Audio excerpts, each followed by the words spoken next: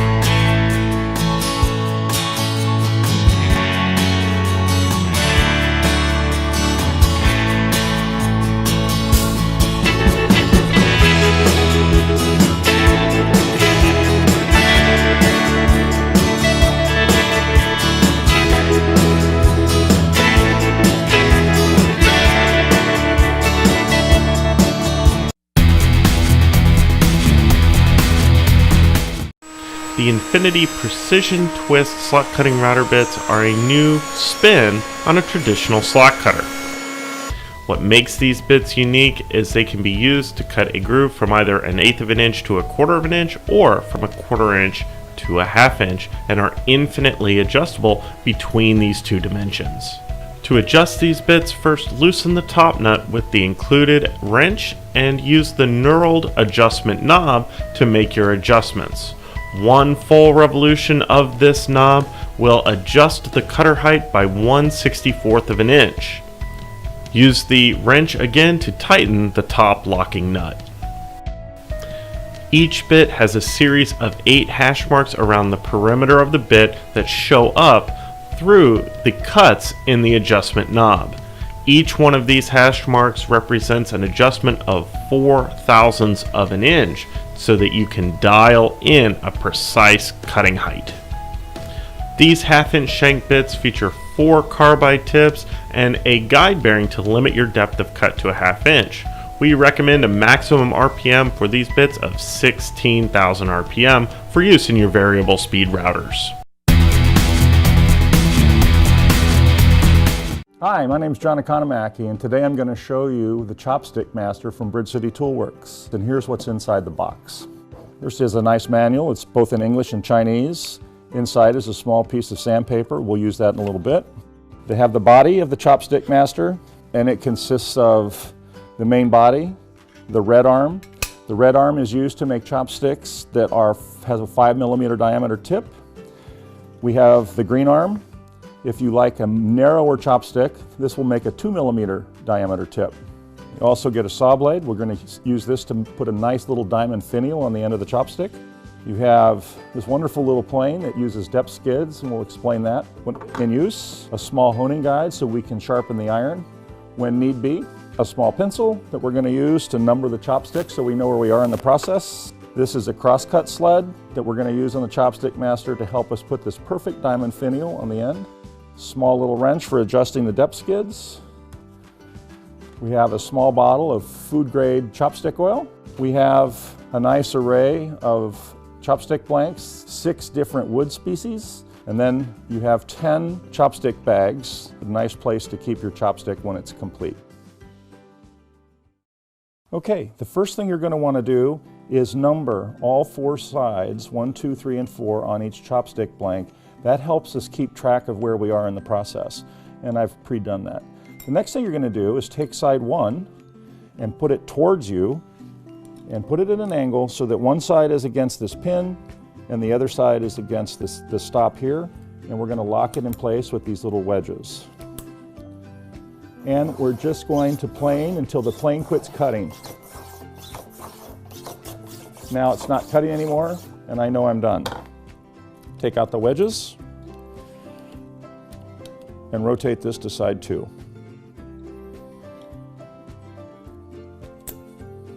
Refixture and plane. Now I'm going to feel this, and if it feels rough, I may be going against the grain, and I don't want to do that, so I'm going to actually do this one backwards. Feel this? That's better.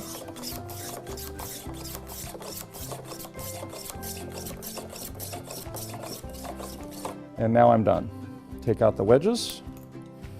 I'm going to rotate this to side 2. And I'm going to put side 3 up. Make sure you don't have chips on your arm. With side 3 up, we're going to refixture it. And plane until it quits cutting.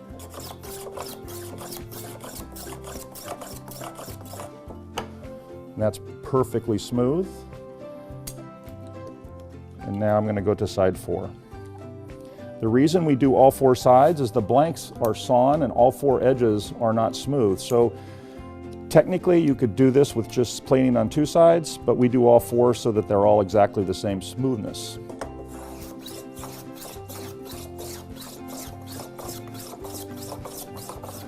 All right, that quit cutting. Take out the wedges, and now we can do the octagon cut. Simply by putting this in the corner, I take my right thumb, hold it against this stop, start about 2/3 of the way back, and plane until it quits cutting. Rotate it 90 degrees. Rotate it 90 degrees.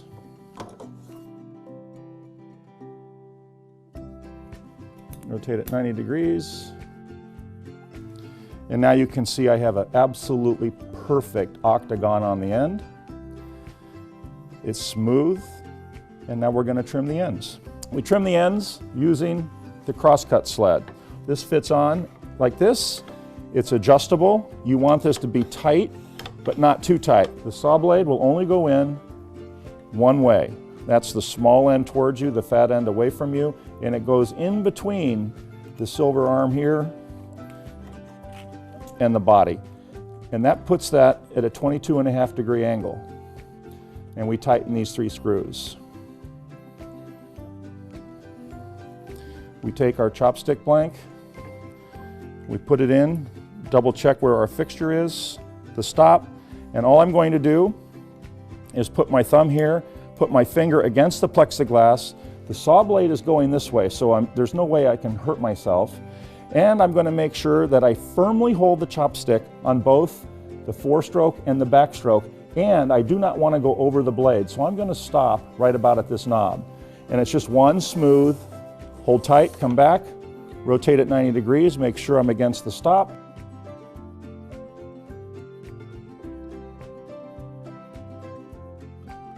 And I take this out, and I have the perfect diamond finial. It just comes out fantastic. Now, the only thing left to do is the only area that the plane did not touch are these 4 corners. So I'm just going to take a little piece of 400 grit sandpaper, and I'm just going to lightly, 3 or 4 strokes, soften those 4 corners. And right now, I am completely done with the chopstick. You repeat those same process for the second one.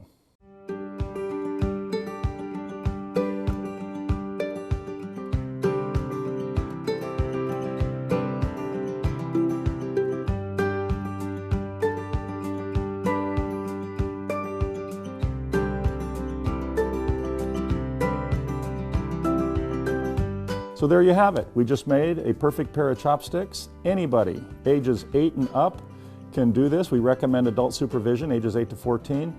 However, this is going to be many people's first woodworking project, and it comes out perfect. So, happy chopstick making.